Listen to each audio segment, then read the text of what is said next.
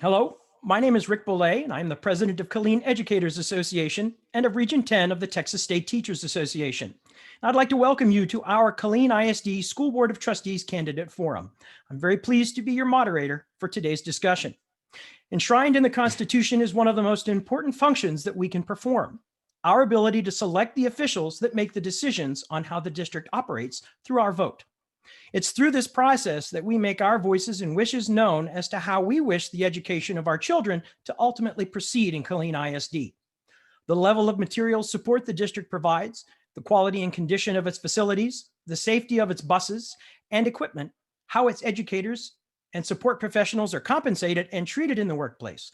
All of these things and more are provided through the election of those serving on the Board of Trustees. We're here to have a conversation with those who are seeking positions on the board for places 6 and 7. Our goal is to learn more about their stances on positions that directly impact students and those who help make their education possible, how they think, and how they would approach the challenges that face KISD as we continue into the future. We encourage you to listen to their responses as many times as you need and give careful consideration to whom you wish to lead the district forward. Most of all, we highly encourage you to use your power to vote. A voice that remains silent is a voice that gives up control over its fate. We want you, the viewer, to know that the questions for tonight's conversation were selected in advance. All the questions will be put to all the candidates to answer so that you may make your own comparisons and draw your own conclusions. The Executive Board of Killeen Educators Association has not made any decisions regarding potential endorsements and will not make them prior to the conclusion and publishing of this forum in its entirety. Next question, and we're going to move into a bit about staffing right now. And Ms. Purser, you get this one first. So as a result of the pandemic, there's been a large number of resignations and retirements. And that means that, Killeen ISD, along with all of public education, are going to need to fill some vacant positions. And there's going to be some competition for those things. How would each of you propose to attract employees to Killeen ISD and, even more importantly, retain them? And Ms. Purser, you go first. Well, I believe that we have a stellar district, despite where some people have made a rash comment about certain inadequacies in certain departments. I believe all in all, we have a very fair and stellar school district.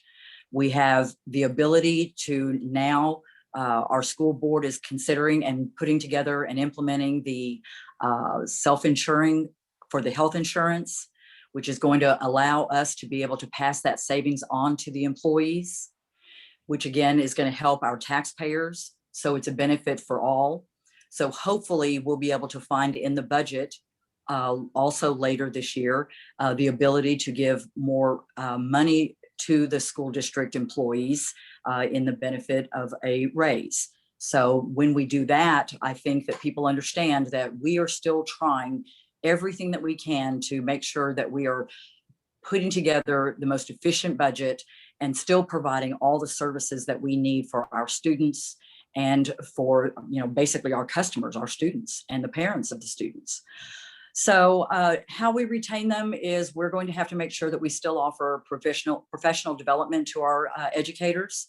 COVID has been an unusual school year. We've had to take away some times that we've allowed. We've had to kind of modify the school schedule. This has been a very challenging school year. But when we get past the pandemic and get back onto a new normal where we offer virtual and also in-person education, I think we'll be able to kind of let the dust settle, get the educators their time that they need in order to prepare lessons, because that alone is a benefit when they're not taking away from their family time. We know that that's a benefit, and we have a board that is very supportive of doing that. We also want to make sure that we give them the professional development days prior to the school year beginning so that all of us together are learning a standard of professionalism, so that we, again, create a benefit where people understand we are investing in them. And when they see a board that continually does that, and they see the leadership with Dr. Kraft allowing for that budget item and suggesting that budget item, I think that they'll see that we have a truly supportive district. So I really encourage people to consider coming to Killeen ISD. in all facets of the jobs, because I do think that past this pandemic, which has been very challenging, I think we are going to be on the path to making some very good and sound policy changes and choices that are going to be very helpful for all families of the staff of KISD. All right, thank you, Ms. Purser. Ms. Carter. Sorry, can you ask the question again? Absolutely. With the pandemic happening, there have been a large number of resignations and retirements, and that means that Killeen ISD, along with all of public education, are going to need to fill some vacant positions.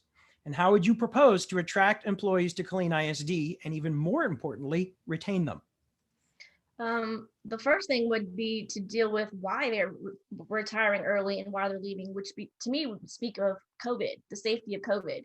So I would acknowledge that first and talk about what can we do to keep them. It might be having some teachers work remotely, because if the fear of catching COVID is what's keeping them out of the classroom, then that's what we need to go ahead and acknowledge. So that's going to be one of them. And, and would it be great to go ahead and pay our senior teachers longevity pay? Of course. But, money in itself doesn't keep teachers in place. It's the environment of loyalty. And the only way you're going to get loyalty is to make them feel valued and appreciated, meaning that their concerns are being heard. If they're feeling like the atmosphere is negative and, and they're not being heard, there's no reason to stay.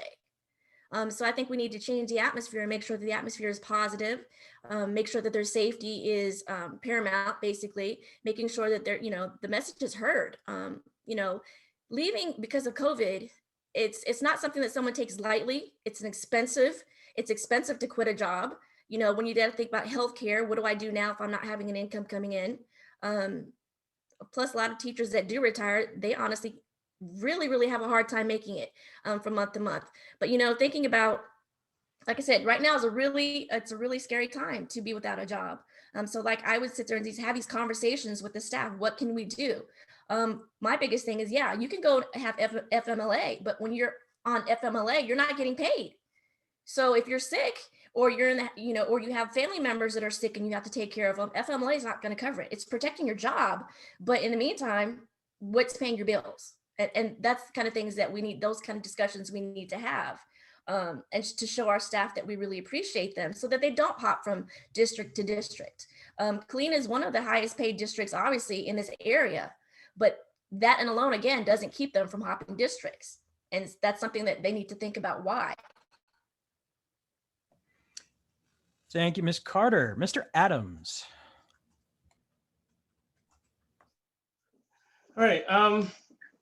So after talking to some teachers and listening to what they've said, one, I would definitely voice my support for the House bill that raises the minimum salary for teachers, new teachers to longer serving teachers, with that elevated pay schedule. I would definitely push for recruiting from diverse areas and diverse backgrounds. And I'd be even willing to volunteer to go assist in recruiting. Make recruiting a community issue in a sense where we host a combine-like thing. Because I say combine, because I really think teachers should be paid like football players. And we announce our first, second, and third round draft picks or whatever. Unfortunately, we can't pay them like football players until we figure out a way to fund it. But we make that recruiting event a community event, and we have the community and our municipal partners also sell why they should come here and stay here. When we're looking at careers, I know the district wants to hire students who want to be in teaching. I think we need to expand that program where somebody graduates from KISD, when they go off to school, we stay in touch with them and bring them back home so that our community don't disappear because all our children are leaving. Especially if they really want to teach. Well, better place to teach in the district that you came from. Provide more classroom resources so teachers don't pay out of pocket. I think we realistically have to look at our budget to make sure that you have no complaint or from a teacher saying I had to come out of pocket. And I understand there are also some House bills that that's going to allow us some tax write-offs for teachers paying out of pocket for classroom supplies. But I figure if you're being taught, at least should give you the tools to do your job. Add more incentives for teachers that go above and beyond, and then improve the ability that teachers have to file complaints and not have to worry about retribution. So that way, you know, the morale improves, like teachers, the pay is improved, and I agree that we do have a higher skills, but I know that there are some teachers that are close to the poverty line. So I think these things, and these are just suggestions, of course, but these things I think will take us into a better direction and give us it will bring better teachers. It will keep the great teachers we have now, and it might make teachers wait longer before they retire. Thank you. All right, thank you, Mr. Adams. And Mr. Mills, you get to be tail end Charlie on this one. All right. You know, my thoughts are, you know, COVID with many things has kind of amplified underlying conditions that existed in many ways. And this being one of them when it comes to attracting and retaining teachers. You know, I know we're a transit community, but it's something that KISD deals with every year as far as hiring, you know, hundreds of teachers each year. And again, we're an Army community, so I understand that that plays a role in that. But I think we have to attract teachers by selling them on the fact that this is a great place to live, that Killeen is, it's an affordable place to live. We're close to a lot of metro areas. You're not far from Austin or San Antonio or Dallas, Fort Worth. You know, the other thing is you have to create a culture that these teachers enjoy their job, that they enjoy coming to work. Teaching is very much a calling. And it's not necessarily always about pay, although that certainly never hurts to compensate people for their hard work. You know, KISD has to find ways to create a culture for these teachers where they enjoy coming to work every day, that they feel safe, that they feel like if they have concerns, that they can bring those forward, whether it's to the administration with the district or us at the school board. You know, as a small business owner, retention is a big thing. You know, you hate having to hire people over and over again. And it's, so KISD has to find innovative ways to attract, train, and retain these teachers so that we can keep them in our district. And, you know, listening to this last school board meeting, I was excited to hear about some of these ideas that were being put forth by the legislator at the state as far as compensating these teachers and doing it based on their performance. And so, again, we want to reward teachers for their hard work. And there's this, you know, as a school district, there's this dueling,